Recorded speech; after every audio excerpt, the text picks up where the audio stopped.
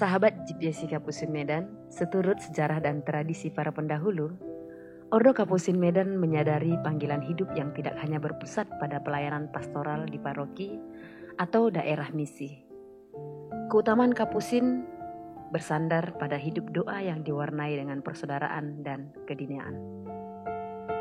Kristus yang tersalib, miskin dan dina merupakan patokan hidup pelayanan seorang Kapusin. Maka, aksi nyata dalam mewujudkan tradisi dan panggilan ordo tersebut, Kapusin Medan mendirikan satu rumah yang dikhususkan untuk pengolahan hidup doa dan kontemplasi.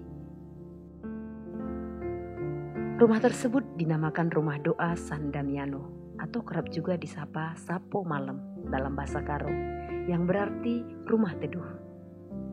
Sedangkan San Damiano merupakan nama gereja, tempat Santo Fransiskus dahulu mendengarkan panggilan Tuhan untuk memperbaiki gereja melalui ikon Kristus yang tersalib. Lokasi rumah doa ini berada di Desa Jarang Uda, daerah Brastagi, tepat di lereng Si Kuda-Kuda, anak Gunung Sibayak, Tanah Karo. Dalam mencerminkan ciri khasnya di bidang kontemplatif, hidup religius Kapusin tidak menjauhkan diri dari masyarakat, melainkan tetap membuka diri untuk pelayanan kepada umat. Untuk itu, pendirian rumah doa ini juga tidak begitu jauh dari penduduk desa. Meski awalnya disebut rumah pertapaan, kini kompleks Sapo Malam Jarang Uda lebih akrab dilihat sebagai rumah doa untuk tetap menjaga dimensi kontemplatif sekaligus tetap membuka diri bagi pelayanan umat. Di sini ingin ditampakkan karisma Kapusin dalam hidup doa. Rumah doa San Damiano Jarang Uda awalnya terdiri dari rumah kayu bercirikan gaya tradisional Karo.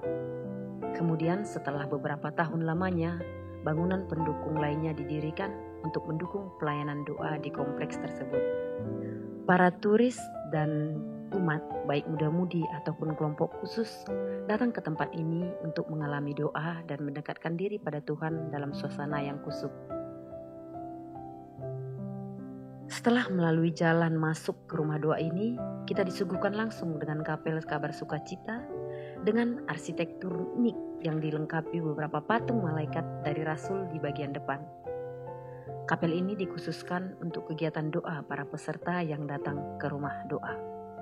Di depan kapel terdapat Goa Maria yang luas, dapat menunjang kegiatan devosional baik secara pribadi maupun kelompok.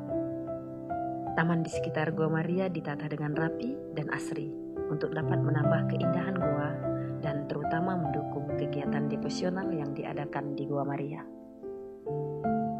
Selain itu, setelah melewati kapel kabar sukacita, kita akan menemui rumah kayu khas Karo dan beberapa kamar penginapan bagi pengunjung yang membutuhkan akomodasi.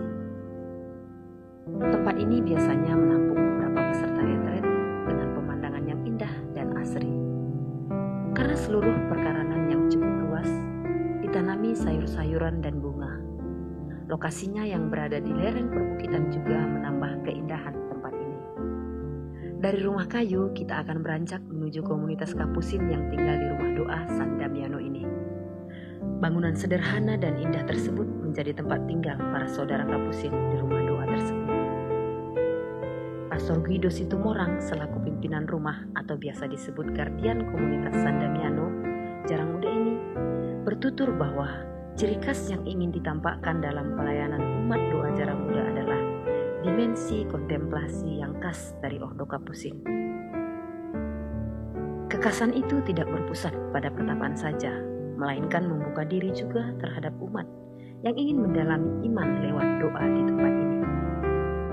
Kehadiran Kapusin sesuai dengan karismanya, salah satu karismanya dinampakkan dalam bentuk hidup lebih kontemplatif. Nah, dalam sejarah, Kapusin rupanya sudah cukup lama juga terlibat di parokial, tetapi itu tidak sangat banyak. Maka jangan nanti disalah sangka dengan membentuk rumah doa ini seakan-akan kita anti paroki. Bukan, itu suatu pengertian yang salah. Tetapi kita mau menggenapi, melengkapi unsur dimensi dari karisma Kapusin itu. Ya, berpastoral parokial tapi juga yang lebih kontemplatif. Nah, itulah latar belakangnya mengenai ini kan. Lalu dibangunlah rumah ini, dicarilah tanah, dapatlah itu, dibangunlah. Inilah rumah pertama yang sedang kita, di mana saya duduk ini. Di sinilah beberapa saudara tinggal. Mereka lebih tinggal di sini, berdoa di sini. Berdoa di sini. Rumah doa, apa artinya rumah doa itu? Saudara-saudara yang tinggal di sini lebih mempraktekkan hidup doa yang disebut di dalam konstitusi Kapusin, kan, lebih mempraktekkan itu. Contoh yang konkret saja ialah di konstitusi itu disebutkan yang sebenarnya juga dalam hukum umum ya, yang berlaku untuk kaum religius bahkan Kristiani umumnya.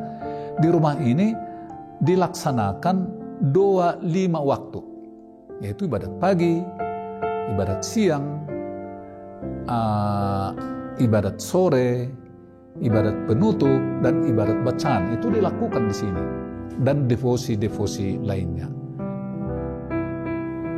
Di dalam rumah komunitas di San Damiano Jarang Muda ini, kita dapat melihat jelas bagaimana seorang Kapusin memiliki hidup doa dan kontemplatif.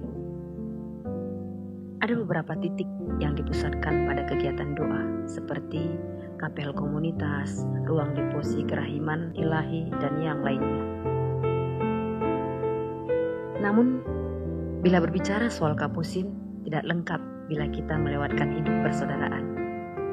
Sebab dimensi persaudaraan yang melekat dalam diri seorang Kapusin dapat kita lihat dari rumah ini. Bentuk rumah ini tidak berpisah-pisah, melainkan menyatu, seakan membentuk satu biara dengan ruang kebersamaan yang lengkap. Taman dan kebun yang diolah oleh para saudara Kapusin juga menambah semarak keindahan tempat ini, menandakan cinta pada seluruh ciptaan yang diwartakan dalam panggilan Fransiskan, secara khusus Kapusin. Rumah doa San Damiano Jarang Muda adalah oase hidup untuk menimba kembali kekuatan dari Tuhan di tengah keramaian dunia. Rumah doa ini mencerminkan kehidupan umat beriman yang tidak dapat dipisahkan dari hubungan yang intim dengan Tuhan. Rumah doa San Damiano menunjukkan identitas kekapusinan yang memiliki dimensi hidup, doa, kontemplatif yang tidak terpisah dari pelayanan hidup. Dengan demikian, warta sukacita yang dihidupi religius Kapusin ini menjadi sabda yang hidup dan menyegarkan di tengah kehidupan umat beriman. Secara khusus, rumah doa ini dapat menjadi tempat para saudara menghidupkan kembali doa Santo Fransiskus di hadapan Kristus yang tersalib. Allah yang Maha Tinggi dan penuh kemuliaan, terangilah kegelapan hatiku, dan berilah aku iman yang benar, pengharapan yang teguh, dan kasih yang sempurna. Berilah aku ya Tuhan, perasaan yang peka dan budi yang cerah, agar aku mampu melaksanakan perintah-Mu yang kudus dan yang tak akan menyesatkan. Amin. Pace e bene.